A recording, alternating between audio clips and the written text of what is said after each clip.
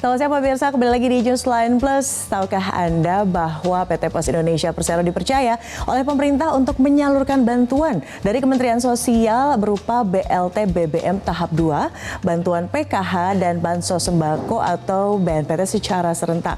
Selain itu, PT Pos Indonesia juga diberi amanah untuk menyalurkan bantuan subsidi upah dari Kementerian Tenaga Kerja. Penyaluran bantuan subsidi upah atau BSU tahap 7 telah dimulai pada tanggal Rabu 2 November 2022 lalu melalui PT Pos Indonesia. Tercatat sebanyak 3,6 juta tenaga kerja telah terdaftar menerima BSU melalui kantor pos seluruh Indonesia. BSU diberikan sebesar Rp600.000 kepada pekerja bergaji maksimal Rp3,5 juta per bulan dengan syarat harus terdaftar sebagai peserta BPJS Ketenagakerjaan hingga bulan Juli 2022. Nah, tahun 2022 ini untuk pertama kalinya Kemenaker menggandeng PT Pos Indonesia Persero dalam penyaluran BSU. Lalu seperti apakah skema penyaluran bantuan dari pemerintah ini dan seperti apa strategi PT Pos Indonesia untuk mengemban tugas ini?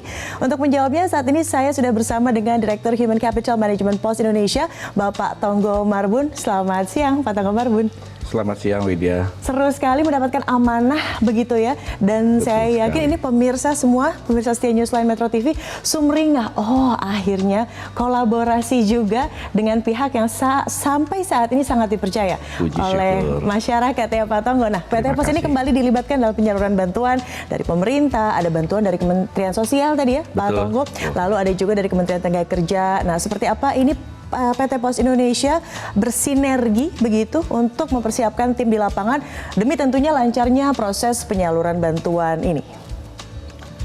Baik, selamat siang Mbak Widya. Selamat siang pemirsa, betul sekali, puji syukur Alhamdulillah Pos Indonesia pada triwulan keempat 2022 ini mendapatkan kepercayaan dan amanah dari pemerintah, khususnya Kementerian Sosial Republik Indonesia dan Kementerian Tenaga Kerja Republik Indonesia.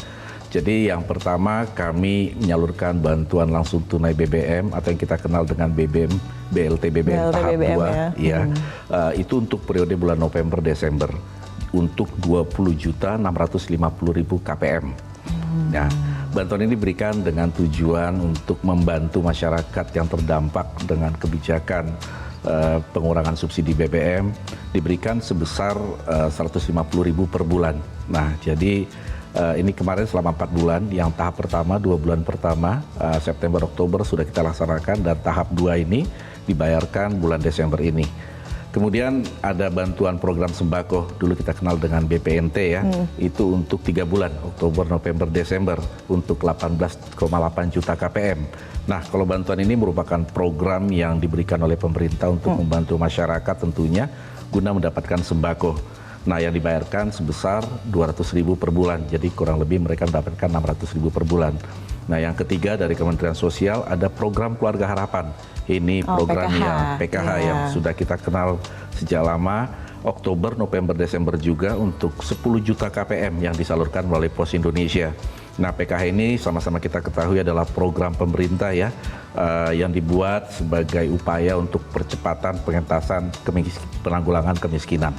Nah, untuk nilai PKH ini cukup berbeda ya, ini tergantung dengan kondisi KPM-nya ya. Ada yang disabilitas, ada ibu hamil, dan ada disabel, dan juga ada tergantung jumlah anak.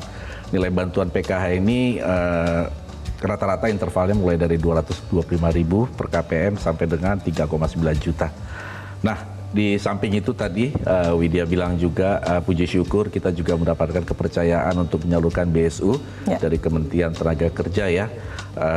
Untuk Kemenaker ini diberikan kurang lebih ini kepada 3,6 juta pekerja yang melalui kantor pos ya, dengan nilai bantuan sebesar 600.000 per pekerja. Demikian Mbak Widya. Iya, jadi maksudnya begitu begitu baik citranya selama ini dalam penyaluran dana-dana yang sudah dianggarkan oleh pemerintah. Akhirnya ada lagi nih satu yang minta kolaborasi. Tapi Pak, dari tadi ada bantuan untuk BBM begitu ya, subsidi untuk BBM. 2 bulan pertama, evaluasi apa sih sebetulnya yang menjadi perhatian dari PT Pos dan menjadi strategi khusus untuk kita selanjutnya harus lebih baik lagi? Iya. Kami bersyukur mendapatkan amanah ini. Jadi kami harus ada komitmen untuk memberikan pelayanan lebih baik lagi dan menyalurkan dengan hasil yang lebih baik lagi. Nah, dari evaluasi kami di penyaluran BLT BBM tahap pertama maupun dalam penyaluran bansos-bansos sebelumnya, kita melakukan evaluasi kendala-kendala terutama penyaluran-penyaluran di daerah terpencil, tertinggal, daerah 3T. Remote ya Pak, ya Indonesia kan luas sekali ya. Betul sekali, dan kami melakukan perbaikan di sana. Dan yang utama sekali karena ini jumlahnya cukup banyak ya, ini ada 3 program dari Kemensos ya. Kami harus melakukan strategi khusus di dalam pengerahan SDM untuk dapat menyalurkan sesuai dengan jadwal tersebut. Oke. Saya membayangkan betapa berbeda tantangannya begitu di daerah katakanlah Polewali Mandar begitu dengan kota-kota yang lebih cenderung lebih kota lah kita menyebutnya begitu ya, dengan tantangan alam tersendiri.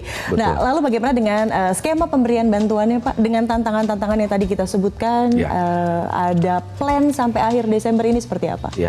Pertama tentu dari sebelum skemanya ya, strateginya tadi karena memang jumlahnya cukup banyak, kami menghitunglah volume pekerjaan yang harus dikerjakan, kemudian kapasitas SDM kami, kemudian target waktu yang diberikan oleh pemerintah kepada kami.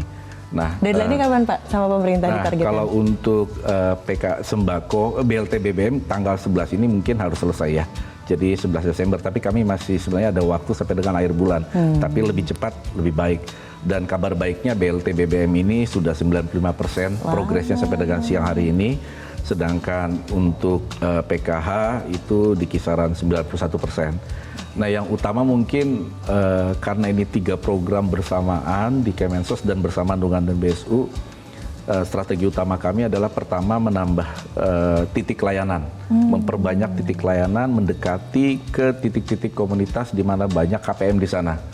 Yang kedua, penyaluran di kantor pos, tetapi juga menambah jam layanan.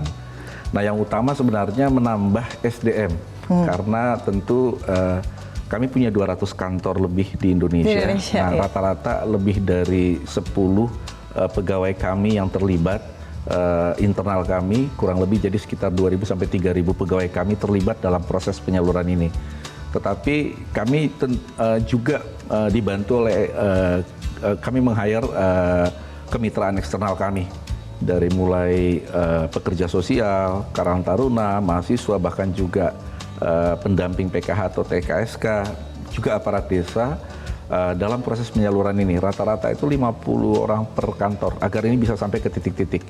Jadi kurang lebihnya kami mengerahkan lebih dari 12.000-13.000 SDM untuk proses penyaluran ini. Dengan tentunya bantuan dari PT Pos Indonesia, jadi tidak akan ada lagi tuh Pak, nanti akan ada suara-suara di daerah, kita belum menerima bantuan. Oh tentu tidak, sudah bekerja sama, sudah berkolaborasi dengan PT Pos Indonesia. Ada skema lagi tentunya di awal tahun Pak, di tahun 2023 nanti seperti apa, sekaligus juga menyelesaikan PR yang tadi Pak Tonggo sebutkan sampai akhir bulan ini. Seperti apakah skemanya? Lalu kemana kita sebetulnya bisa mengakses informasi lebih detailnya? Temukan jawabannya sesaat lagi, tetaplah bersama kami di Newsline Plus. Kembali lagi pemirsa, masih di Newsline Plus, masih bersama Direktur Human Capital Management PT Pos Indonesia, Bapak Tonggo Marbun, membahas nih strategi Pos Indonesia dalam menyalurkan bantuan pemerintah. Dan di segmen ini juga sudah bergabung melalui sambungan virtual Bapak Robinson Kome Baloselaku, Juru Bayar KCP Seba, Kabupaten Raijua, Provinsi Nusa Tenggara Timur. Halo Pak Robinson, apa kabar? Baik Ibu. Baik, aduh rindu sekali Pak Robinson ke NTT ini, tapi boleh diberikan gambaran nih Pak Robinson untuk program dari Kementerian Sosial ini. Ada 3 jenis bantuan begitu ya yang serentak disalurkan oleh PT Pos untuk periode 2 ini. Ada cerita menarik apa Pak Robinson di sana yang bisa dibagikan kepada kita semua? Cerita menariknya Ibu, untuk warga Kabupaten Saburai-Jua sendiri mengucapkan terima kasih atas bantuan yang diberikan oleh pemerintah. Karena dengan bantuan ini Ibu, masyarakat Saburai-Jua itu merasa sangat-sangat terbantu Ibu. Ada yang sampai pernah bikin Pak Robinson tersentuh nggak? Kayaknya pengen nangis gitu, betul-betul menyentuh hati gara-gara bantuan ini justru terselamatkan dan sangat terbantu Pak Robinson. Betul sekali Ibu. Kalau untuk hampir keseluruhan penerima di sini, KPM di sini Ibu, pendapatan mereka sangat-sangat minim. Yang sangat menyentuh untuk kami di Kabupaten Saburai-Jua ini, kita turun langsung melayani ke ke rumah. KPM-nya ada yang janda, duda, terus juga sudah cacat begitu Ibu. Jadi saat kita memberikan, mereka mengungkapkan terima kasih kepada kami sebagai penyalur begitu.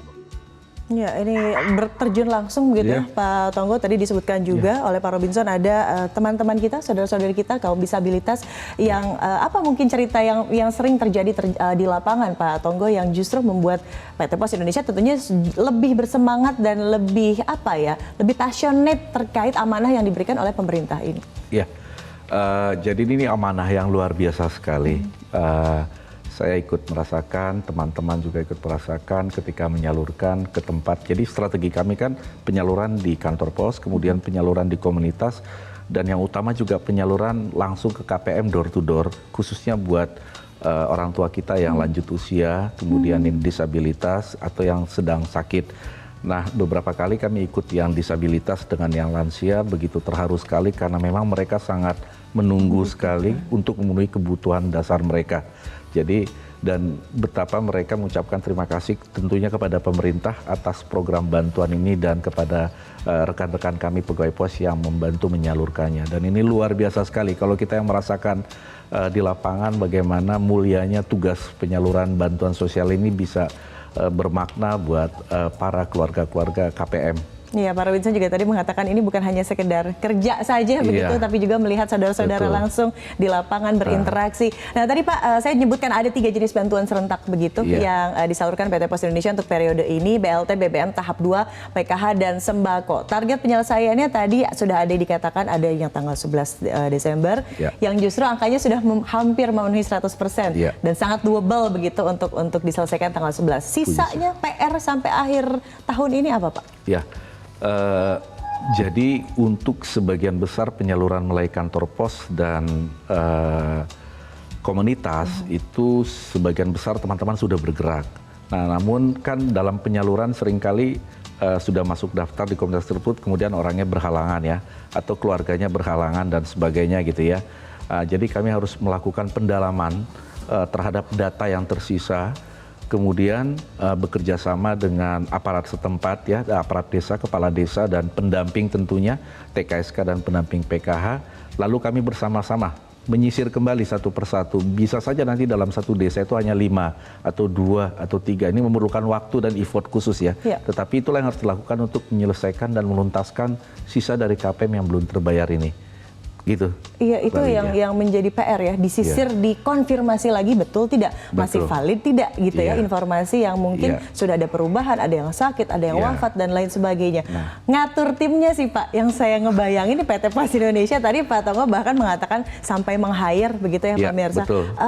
Gimana caranya untuk akhirnya membuat tim ini bersinergi, ada target waktu yang sudah ditentukan, ada tantangan yang mungkin lebih tinggi daripada daerah-daerah yang lain, atau ada drama-drama yang terjadi yang sebetulnya menjadi hambatan dalam tanda kutip, dananya sudah ada, ini tinggal dialokasikan. Gimana nih Pak caranya?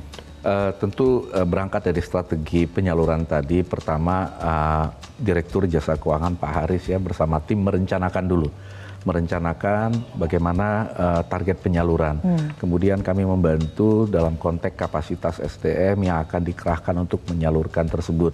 Nah, kemudian dalam proses penyaluran tersebut dilakukan monitoring setiap hari, setiap malam. Setiap malam.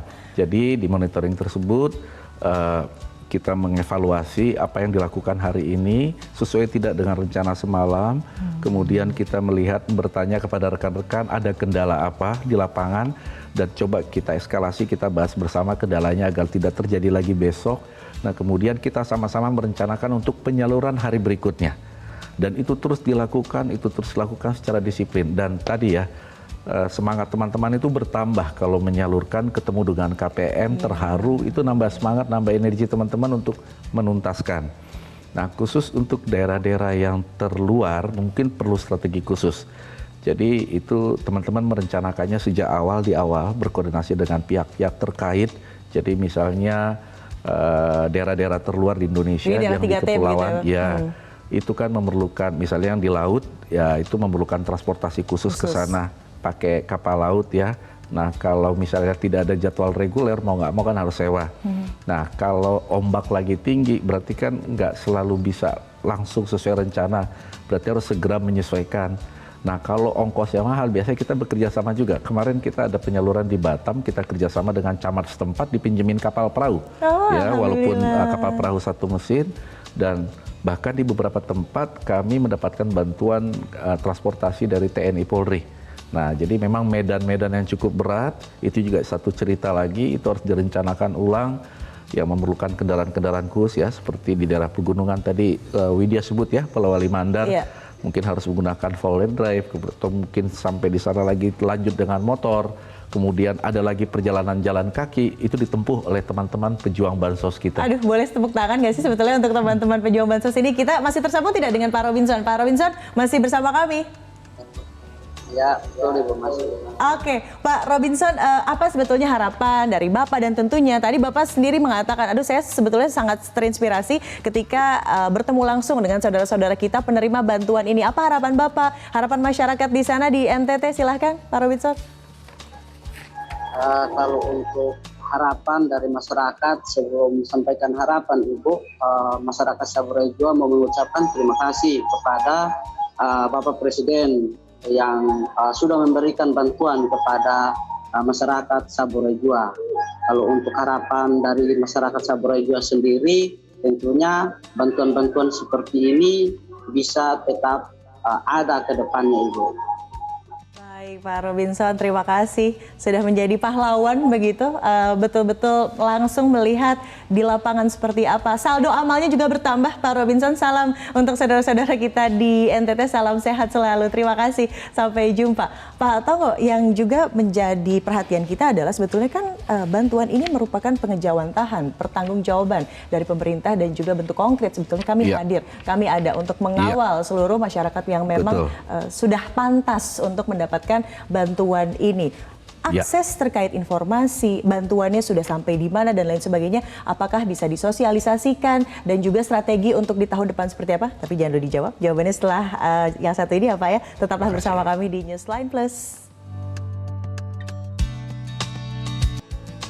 Kembali lagi di Newsline Plus, ini spesifik nih, saya ingin bertanya kepada Pak Tonggo untuk program BSU dari Kementerian Tenaga Kerja. Sejauh ini sudah berapa banyak Pak realisasi pencapaiannya, tim yang koordinasi di lapangan seperti apa ceritanya? Ya, terima kasih Widya. Jadi khusus untuk BSU realisasinya hari ini kita di 68,41%. Ini memang kan penyaluran di kantor pos dan komunitas itu sudah dilakukan. Namun memang masih banyak sekali para pekerja yang berhak terhadap BSU ini belum tahu gitu ya, belum tahu atau mungkin sudah berhenti kerja ya. Nah, dalam hal ini kami melakukan sosialisasi baik melalui media massa ya maupun di kantor-kantor pos dengan spanduk untuk menghimbau para pekerja yang mendapatkan BSU yang belum menerima BSU agar segera mengecek datanya di aplikasi Postpay. Jadi mereka bisa download Postpay dan mengecek datanya di tersebut. Nah, kami buka selama 7 hari ya, Sabtu Minggu kami buka untuk menyalurkan BSU ini. Kemudian kami juga buka menambah jam layanan kami sampai malam untuk menerima teman-teman pekerja yang dalam penyaluran BSU ini. Bahkan mungkin yang bingung, Pak, saya harus gimana? Apakah saya menerima pantas memang menerima BSU atau dan lain sebagainya? Harus juga terdaftar di BPJS Ketenagakerjaan dan lain sebagainya? Difasilitasi juga, pasti banyak yang nanya gitu deh, Pak. Ya, itu ada helpdesk-nya dari Kemenaker dan BPJS TK, makanya lebih baik langsung cek saja di aplikasi Postpay. Di aplikasi Postpay ya Pak ya, bisa diakses di smartphone semuanya, informasinya sangat lengkap. Terkait namanya pemberian amanah, ada juga pertanggungjawaban transparansi dong Pak, dan lain sebagainya. Betul. Nah, soal pertanggungjawaban data sudah sampai mana, penyaluran dana dan lain sebagainya, gimana mekanismenya Pak? Ya, jadi untuk monitoring kinerja penyaluran harian, kami memiliki dashboard yang real time. Dan ini salah satu kelebihan kantor pos sebagai penyalur, mungkin dibandingkan penyaluran lain. Nah, dari dashboard ini bisa diakses oleh semua stakeholder, baik kementerian maupun pihak-pihak terkait yang membutuhkan data tersebut. Sehingga kami boleh bersama-sama ikut memantau progres hariannya. dan apabila ada kendala misalnya di salah satu kabupaten kota, segera bisa dieskalasi dan berkoordinasi dengan pihak Pemda maupun pihak kementerian. Saya kira itu yang luar biasa. Jadi dashboard harian yang real time. Jadi bisa diakses oleh seluruh stakeholder, termasuk juga tentunya diakses oleh Presiden Joko Widodo yang kemarin sempat memberikan apresiasi ya. Saya ingat sekali Pak, Puji bahwa PT Pos Indonesia, oh kayak gini loh contohnya kalau penyaluran dana yang baik. Tentunya hal itu menjadi motivasi lebih lagi dong Pak, ketika Pak Jokowi langsung Presiden Republik Indonesia yang percaya dan alhamdulillah selama ini puas dengan mekanisme penyaluran yang sudah dilakukan skema dari PT Pos Indonesia. Next-nya apa Pak?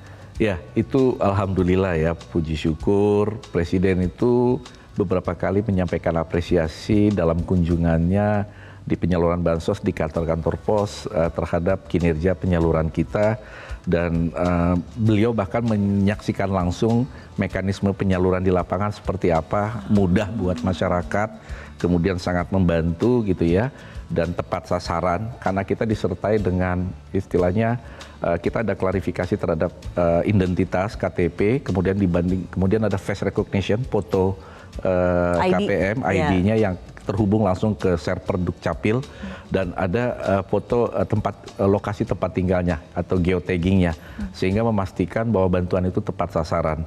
Nah, mudah-mudahan dengan kepercayaan yang diberikan dan apresiasi yang diberikan oleh Bapak Presiden, kami terus dapat meningkatkan kualitas layanan kami maupun ketepatan kami. Jadi siap dong Pak kalau misalnya tahun depan dipercaya kembali untuk menyalurkan dana atau justru diajak kolaborasi oleh pihak-pihak yang kayaknya bisa juga nih untuk membantu sebetulnya mengakselerasi pemberian atau juga alokasi dana ini Pak. Ya, jadi memang Pos Indonesia itu adalah BUMN yang hadir yang salah satu fungsinya adalah membantu pemerintah untuk hadir ke masyarakat, untuk mengirimkan lah ya masyarakat, untuk mengirimkan kalau dulu tuh surat, paket dan uang. Jadi memang kita punya kekuatan jaringan hampir di seluruh kota, kabupaten, bahkan kecamatan di Indonesia menyampaikan amanah tersebut. Jadi kalau dulu ngirim surat dan paket sampai ke ujung gunung, ujung sungai, sekarang kami ngirim bantuan sosial. Ya, itu membuktikan pemerintah hadir di situ. Ya, kami berharap pemerintah bisa terus mempercayakan kami, memberikan kami dalam penyaluran bantuan khususnya melalui PT Pos, dan bahkan mungkin harapan kami dimasukkan di dalam ekosistem bantuan sosial nasional. That's really nice Pak. Terakhir ada yang disampaikan mungkin untuk pejuang-pejuang pahlawan tadi seperti Pak Robinson yang tadi sudah bergabung bersama kita secara daring untuk memberikan semangat, memberikan inspirasi juga. Lagi-lagi ini adalah amanah besar yang sudah diamanatkan oleh pemerintah untuk sama-sama kita membantu setara dan berdaya dan juga pemerataan kesejahteraan di seluruh Indonesia. Silakan Pak Tonggo. Ya, teman-teman pejuang bansos Pos Indonesia, kita bangun ibadah kita di pekerjaan kita dalam penyaluran bantuan sosial ini untuk negeri, untuk Indonesia. Dan mungkin juga saya sedikit pesan buat pertama tadi ya, para pegawai atau pekerja yang mendapatkan BSU segera mengecek datanya di Postpay dan segera datang ke kantor pos untuk mengambil BSU ini, bantuan ini. Dan kepada para keluarga KPM, penerima BLT BBM, PKH dan sembako khususnya, agar dapat menggunakan bansos ini dengan bijak.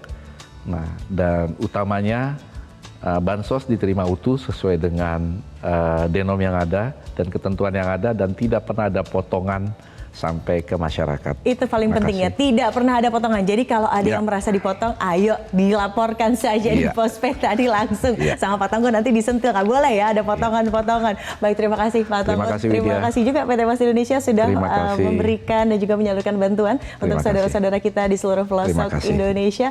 Dan pemirsa, Just Line Plus masih akan kembali selepas jeda pariwara berikut ini. Untuk itu tetaplah bersama kami.